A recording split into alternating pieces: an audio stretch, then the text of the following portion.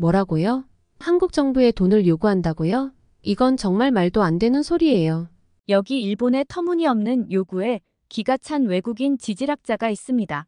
지진 연구를 위해 온 평범한 과학자였던 그녀가 이제는 한국과 일본 사이에서 벌어지는 예상치 못한 갈등의 한가운데 서 있습니다. 대체 무슨 일이 벌어진 걸까요? 오늘의 사연 지금 시작합니다. 안녕하세요, 여러분. 저는 사라 존슨이에요. 34살의 미국인 지질학자로 지금은 일본 도쿄대학에서 객원연구원으로 일하고 있답니다. 도쿄에 온 지 벌써 2년이 다 되어 가네요. 시간이 정말 빠르게 흐르는 것 같아요. 처음 일본에 왔을 때 저는 단순히 난카이 해구의 지진 활동을 연구하러 왔을 뿐이었어요. 하지만 운명이란 참 예측 불가능한 것 같아요. 제가 어떻게 한국과 일본 사이의 복잡한 관계에 휘말리게 될 줄 알았겠어요? 그 시작은 아주 우연한 계기였죠. 작년 봄 도쿄 근교의 한 온천 마을을 방문했을 때였어요. 그곳에서 우연히 한국에서 온 지질학자 박민준 교수님을 만났는데 그분과 나눈 대화가 제 인생을 완전히 바꿔놓았답니다. 사라 씨, 혹시 독도 주변 해저 지형에 대해 들어본 적 있나요? 박 교수님의 이 한마디가 모든 것의 시작이었어요. 그날 밤 온천에 몸을 담그고 나눈 대화는 밤새도록 이어졌죠. 독도 주변의 특이한 지질 구조 그리고 그것이 난카이 해구와 어떤 연관성이 있는지에 대한 박 교수님의 가설은 정말 흥미진진했어요. 와, 정말 놀라워요. 이런 생각은 미처 못했네요.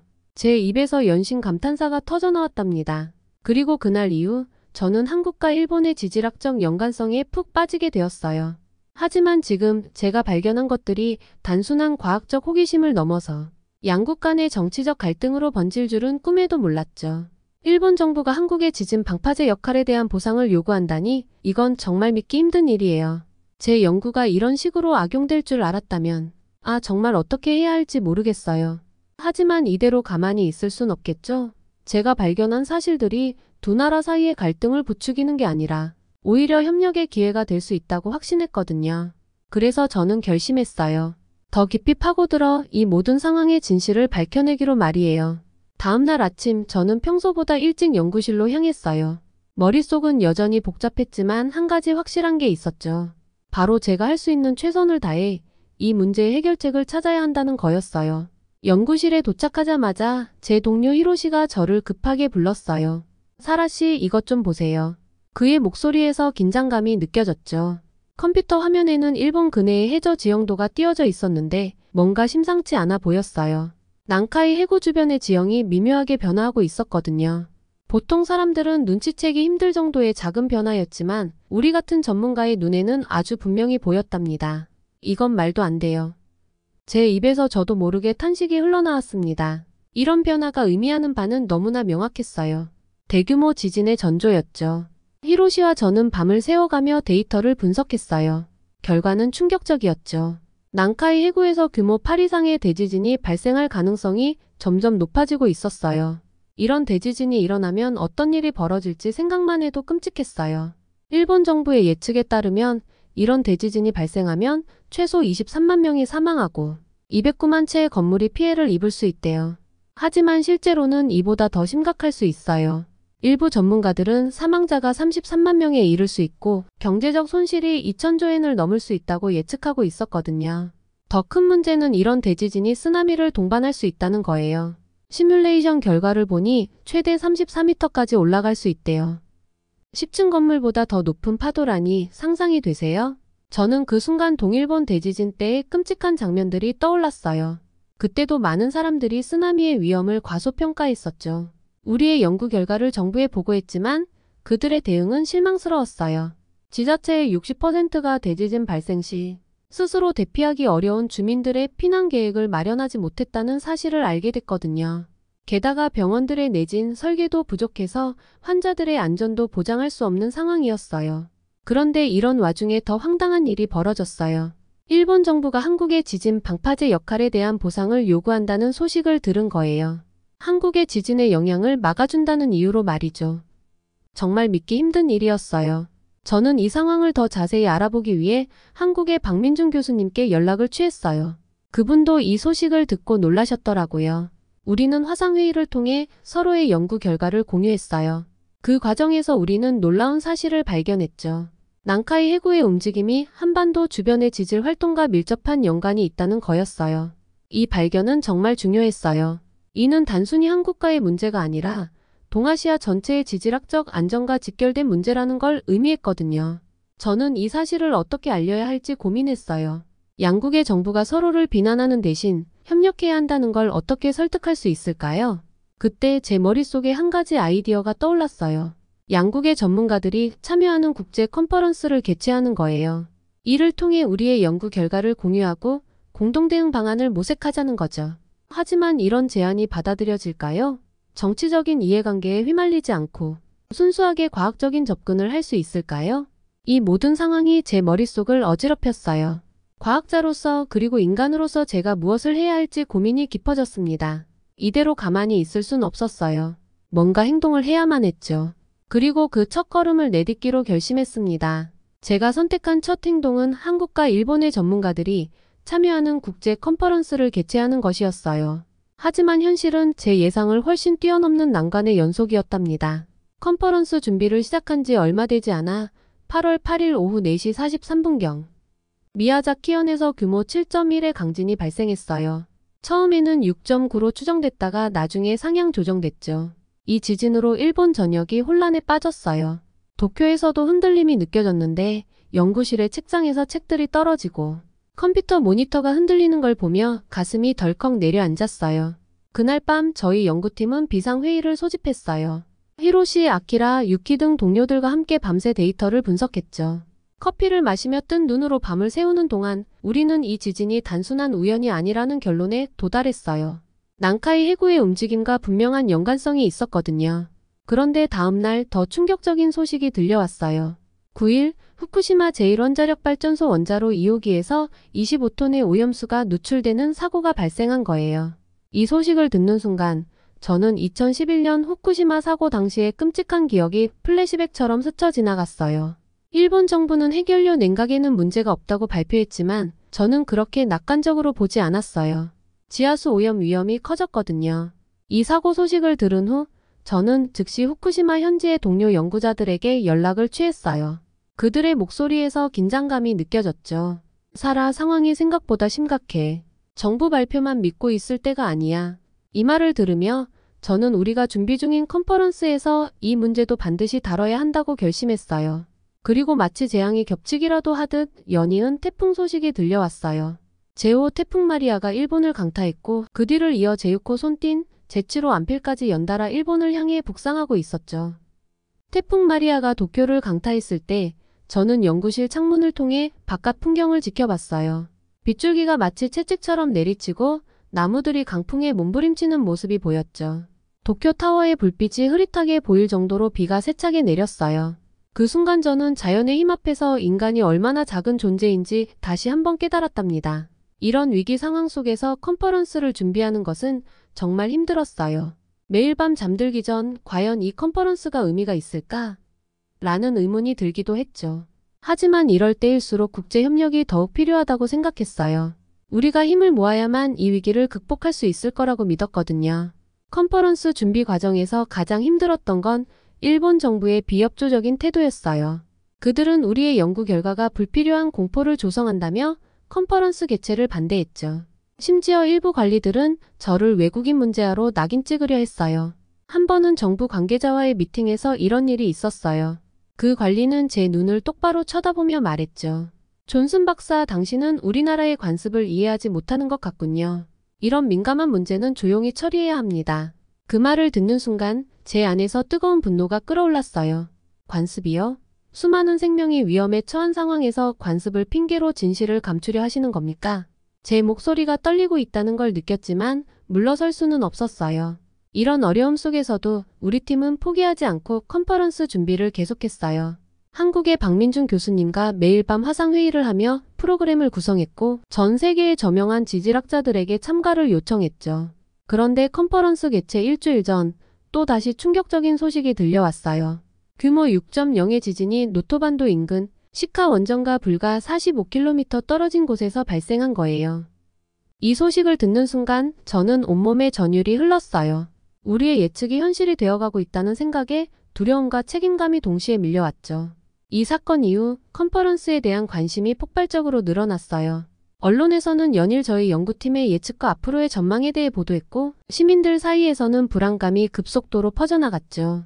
컨퍼런스 전날 밤 저는 도쿄만을 내려다보는 호텔 방에서 창밖을 바라보며 생각에 잠겼어요. 멀리 보이는 불빛들이 마치 희망의 등불처럼 보였죠. 내일이면 모든 것이 시작돼 우리가 이 위기를 극복할 수 있을까? 가슴속에서 두려움과 기대가 교차했지만 한 가지 확신이 있었어요. 바로 우리가 반드시 이 위기를 함께 헤쳐나가야 한다는 것이었죠. 컨퍼런스 당일 아침, 저는 긴장된 마음으로 회의장으로 향했어요. 어젯밤의 결의와 희망이 아직 가슴속에 남아 있었죠. 하지만 현실은 제 기대와는 너무나 달랐어요. 회의가 시작되자마자 일본 측 대표가 예상치 못한 발언을 했어요. 우리는 한국 정부의 지진 방파제 역할에 대한 보상을 요구할 것입니다. 일본이 한국의 지진 피해를 줄여주고 있으니 말이죠. 순간 회의장이 얼어붙었어요. 저는 믿을 수 없다는 듯이 그를 쳐다봤죠. 무슨 말씀이세요? 이건 과학적 근거가 전혀 없는 주장입니다. 하지만 일본 측은 계속해서 주장을 이어갔어요. 그들의 설명에 따르면 일본이 지질학적으로 한반도를 보호하는 방파제 역할을 한다는 거예요. 한국 대표단이 강하게 반발했어요. 이는 완전히 터무니없는 주장입니다. 지진은 지각판의 움직임으로 인해 발생하는 자연현상이에요. 한 국가가 다른 국가의 지진을 막아준다는 것은 과학적으로 말이 되지 않습니다. 저는 한국 측의 주장에 동의하며 말을 보탰어요. 맞습니다. 한국과 일본은 동아시아의 같은 판구조 위에 위치해 있지만 한국은 상대적으로 지진 발생 빈도가 낮은 안정된 지각판 위에 자리 잡고 있어요. 반면 일본은 불의 골이라고 불리는 태평양 지진대에 속해 있죠. 이는 지리적 위치와 구조적 특성 때문입니다.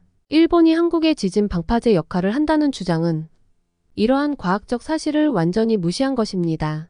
그러나 일본 측은 전혀 귀 기울이지 않았어요. 오히려 더 터무니없는 주장을 펼쳤죠. 그렇다면 한국이 중국발 미세먼지를 막아주는 것에 대해서는 어떻게 설명하시겠습니까? 그렇게 따지면 오히려 한국이 일본에 보상을 요구해야 할 것 같네요. 한국이 매년 엄청난 양의 황사와 미세먼지를 흡수하면서 일본이 상대적으로 더 깨끗한 공기를 마실 수 있도록 기여하고 있으니까요. 하지만 이런 주장은 과장된 풍자일 뿐이에요. 국가 간의 지리적 위치로 인한 환경적 상호작용을 근거로 보상을 요구하는 것은 비논리적입니다. 회의는 계속해서 악화일로를 걸었어요. 일본 측은 전혀 타협의 여지를 보이지 않았고 오히려 더 강경한 태도로 나왔죠. 그들은 심지어 이 문제를 국제사회에 제기하겠다고 위협까지 했어요. 저는 계속해서 설득을 시도했어요. 여러분, 보상금은 일반적으로 국가 간의 전쟁, 침략, 불법적 행위로 인해 발생한 피해를 보상하기 위해 요구됩니다. 자연재해로 인해 한 국가가 다른 국가에 피해를 입었다고 하더라도 그것이 지리적 위치나 자연현상에 기인한 것이라면 이는 국제법상 보상금 요구의 대상이 될 수 없어요. 한국 대표단도 이에 동의하며 말을 이었죠. 만약 이런 논리가 성립된다면 우리는 중국의 황사 및 미세먼지 차단 보상금을 요구해야 할 것이고 미국은 멕시코의 토네이도 발생에 대한 보상금을 요구해야 할 거예요. 이건 말이 안 됩니다. 하지만 일본 측은 여전히 고집을 꺾지 않았어요. 그들은 오히려 이 문제를 더 확대하려 했죠. 우리는 이 문제를 국제사회에 제기할 것입니다. 한국의 지진 방파제 역할에 대한 경제적 보상은 정당한 요구입니다. 저는 이 말을 듣고 깊은 좌절감을 느꼈어요. 과학자로서 이렇게 비과학적이고 비논리적인 주장이 공식적으로 제기되는 것을 보는 것은 정말 고통스러웠죠. 회의는 결국 아무런 합의 없이 끝났어요. 일본 측이 계속 한국을 비난하며 회의장을 떠났고 저는 그 자리에 홀로 남았죠. 이대로 끝낼 순 없다는 생각이 들었어요. 다음 날부터 저는 백방으로 뛰어다녔어요. 일본 정부의 여러 부처를 찾아다니며 이 주장의 비과학성을 설명하려 노력했죠. 일본 과학자들과 만나 협력 방안을 모색하기도 했어요. 심지어 일본 언론과 인터뷰도 했답니다. 한 유명 일본 신문가의 인터뷰에서 저는 이렇게 말했어요. 지진은 지각판의 움직임으로 인해 발생하는 자연현상입니다. 한 국가가 다른 국가의 지진을 막아준다는 것은 과학적으로 말이 되지 않아요. 이는 마치 한 나라가 다른 나라의 날씨를 조절한다고 주장하는 것과 같습니다. 그리고 일본의 주장이 얼마나 위험한지도 설명했죠. 만약 이런 논리가 받아들여진다면 국제관계는 완전히 뒤죽박죽이 될 거예요. 모든 나라가 자연현상을 이유로 서로에게 보상을 요구하게 될 테니까요. 이는 국제사회의 안정을 해치는 위험한 발상입니다. 하지만 제 노력은 큰 효과를 거두지 못했어요. 오히려 일부 극우 성향의 일본 언론에서는 저를 외국인 문제아로 낙인 찍기 시작했죠. 일본의 정당한 요구를 방해하는 외국인 과학자라는 식의 기사가 나오기 시작했어요. 더 큰 문제는 일본 정부가 이 지진 방파제 논리를 공식 입장으로 채택하기 시작했다는 거예요. 그들은 이 문제를 국제사회에 제기하겠다고 공언했고 심지어 일부 정치인들은 이를 선거 공약으로 내세우기까지 했죠. 저는 절망감을 느꼈어요. 과학적 사실보다 정치적 이해관계가 우선시되는 현실이 너무나 고통스러웠죠. 하지만 동시에 이 문제의 해결이 더욱 중요해졌다는 것도 깨달았어요. 그래서 저는 새로운 전략을 세웠어요. 일본 내에서의 활동만으로는 한계가 있다고 판단했죠. 대신 국제학술대회와 세미나를 통해 이 문제의 비과학성을 알리기로 했어요. 전 세계의 지질학자들과 연대하여 일본의 주장에 대한 반박 논문도 준비했죠. 동시에 한국의 연구진들과도 긴밀히 협력했어요. 우리는 함께 한반도와 일본 열도의 지질학적 특성에 대한 종합적인 연구를 시작했죠. 이를 통해 지진 방파제 주장의 허구성을 명확히 밝히고자 했어요. 이 과정에서 저는 놀라운 사실을 발견했어요. 일본의 일부 지질학자들도 정부의 주장에 동의하지 않는다는 거였죠. 그들은 정부의 압력 때문에 공개적으로 반대 의견을 내지 못하고 있었어요. 저는 이들과 비밀리에 연락을 주고받으며 함께 대응 방안을 모색했답니다. 일본 내에서도 변화의 바람이 불기 시작했어요. 일부 정치인들이 지진 방파제 주장의 재검토를 요구하기 시작했고 시민들 사이에서도 의문의 목소리가 커졌죠. 그러던 어느 날 일본 최고의 지질학자 중 한 명인 타나카 교수가 공개적으로 정부의 주장에 반대 의견을 냈어요. 우리는 과학적 사실을 무시하고 정치적 이해관계만을 좇아서는 안 됩니다. 지진 방파제 주장은 과학적 근거가 전혀 없습니다. 이 발언은 일본 사회에 큰 파문을 일으켰어요. 많은 사람들이 타나카 교수의 용기에 박수를 보냈고 정부를 향한 비판의 목소리도 커졌죠. 하지만 동시에 극우 세력의 반발도 거세졌어요. 그들은 타나카 교수를 국가의 적이라고 비난했고 저를 포함한 외국인 과학자들을 향한 공격도 더욱 심해졌죠. 일부 극우 매체에서는 저를 일본의 국익을 해치는 외국인 스파이라고까지 몰아갔어요. 이런 상황 속에서 저는 매일 밤 고민에 빠졌어요. 내가 과연 이 일을 계속해야 할까? 이대로 일본을 떠나는 게 나을까? 하지만 그때마다 제가 왜 이 일을 시작했는지 떠올렸죠. 과학의 진실을 밝히고 그것을 통해 사람들의 생명을 지키는 것. 그것이 바로 제가 이 길을 걸어온 이유였어요. 그래서 저는 포기하지 않고 계속해서 연구에 매진했어요. 한국의 동료들과 함께 한반도와 일본 열도의 지질학적 특성을 더욱 세밀하게 분석했죠. 그 과정에서 우리는 놀라운 발견을 했어요. 두 지역의 지질 구조가 우리가 알고 있던 것보다 훨씬 복잡하게 연결되어 있다는 사실을 밝혀낸 거예요. 이 발견은 양국 간의 협력이 얼마나 중요한지를 다시 한번 일깨워 주었어요. 우리는 이 연구 결과를 바탕으로 새로운 제안을 준비했죠. 한국과 일본이 공동으로 대규모 지진 관측 네트워크를 구축하자는 거였어요. 우리가 서로를 비난하는 대신 협력한다면 지진으로부터 양국 국민들을 더 잘 보호할 수 있을 거예요. 제가 기자회견에서 한 말이에요. 하지만 이 제안은 양국 정부로부터 즉각적인 지지를 받지 못했어요. 오랜 갈등으로 인한 불신이 여전히 깊었거든요. 일본 정부는 여전히 지진 방파제 주장을 완전히 철회하지 않았고 한국 정부도 이 문제에 대해 신중한 입장을 취했죠. 그럼에도 불구하고 우리는 포기하지 않았어요.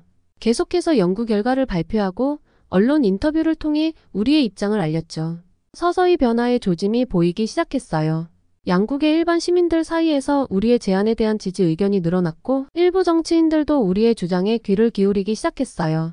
특히 고무적이었던 것은 젊은 세대들의 반응이었어요. SNS를 통해 우리의 연구 결과가 빠르게 퍼져나갔고 많은 젊은이들이 과학적 사실에 기반한 정책 결정을 요구하기 시작했죠. 이런 변화 속에서 저는 계속해서 연구에 매진했어요. 매일 밤늦게까지 연구실에서 데이터를 분석하고 새로운 이론을 개발했죠.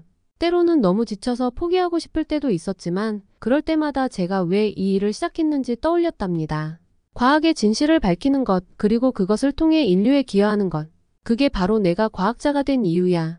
이렇게 스스로를 다독이며 힘을 내곤 했어요. 그 일이 있은 지 몇 주가 지났습니다. 시간이 흐르면서 상황은 조금씩 변하기 시작했죠. 하지만 지진 방파제 논란은 여전히 완전히 해결되지 않았어요.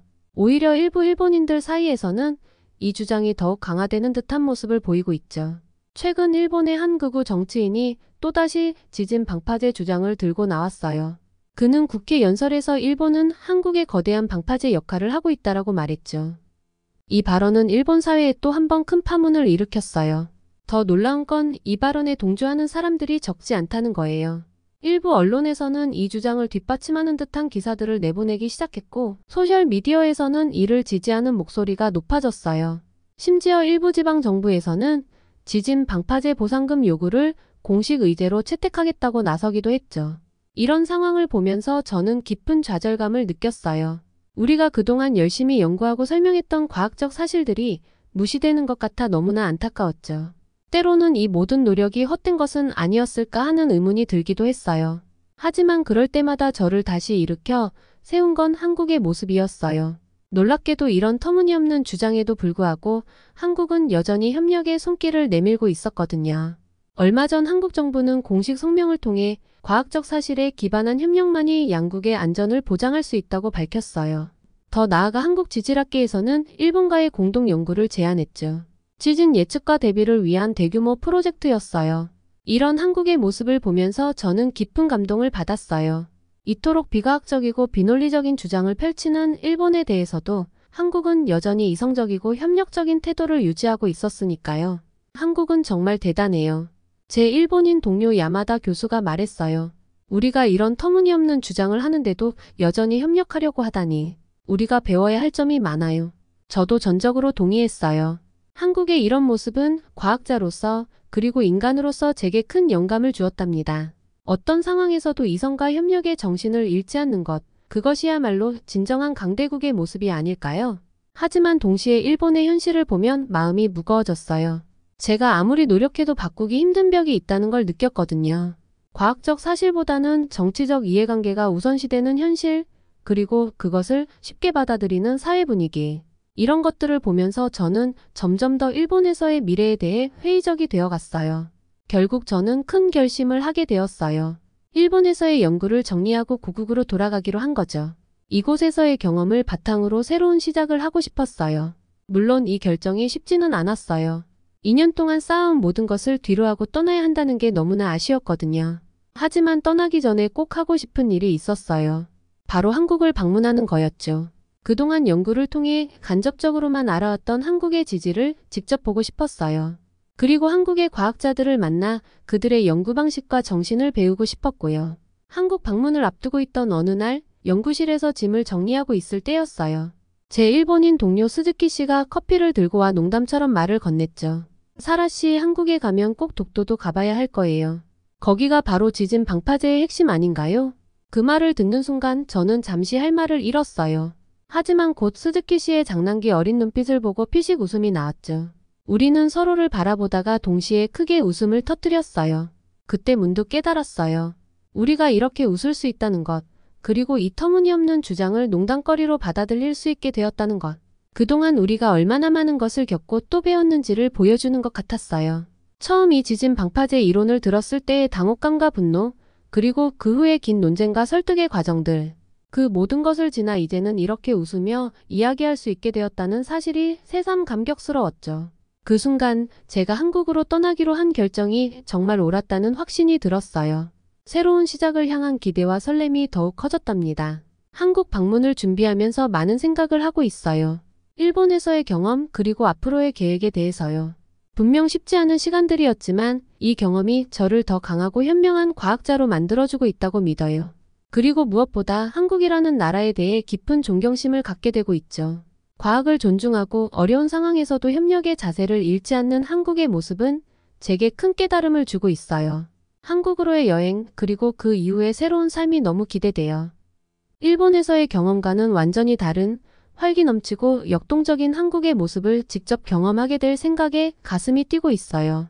이 여정이 어떤 결과를 가져올지는 아직 알 수 없지만 한 가지 확실한 건 이 경험이 저를 더 나은 과학자이자 인간으로 만들어줄 거라는 거예요. 지질학자로서 그리고 한 사람의 인간으로서 더 넓은 시야를 갖게 될 것 같아요. 한국과 일본 두 나라의 과학 문화를 비교하며 저 또한 성장하고 있다는 걸 느끼고 있어요. 한국의 진취적이고 협력적인 연구 문화는 제게 큰 영감을 줄 것 같고 이는 제 연구 방식에도 많은 변화를 가져올 거예요. 앞으로 한국에서 더 다양한 연구를 진행하고 새로운 발견들을 하게 될 것 같아요. 이 모든 과정을 여러분과 나누고 싶습니다. 이제야 드는 생각인데 저는 왜 그동안 한국에서 일해볼 생각을 하지 않았을까요? 과학기술의 발전, 문화의 다양성, 그리고 사람들의 열정. 이 모든 것을 진작에 경험했어야 했는데 말이에요. 한국에서 어떤 경험을 하게 될지 생각하니 가슴이 설레요. 새로운 연구 환경, 만나게 될 동료들, 그리고 한국의 문화까지. 모든 것이 새로운 영감의 원천이 될 것 같아요. 이 도전이 제 인생의 터닝포인트가 될 거라는 예감이 들어요.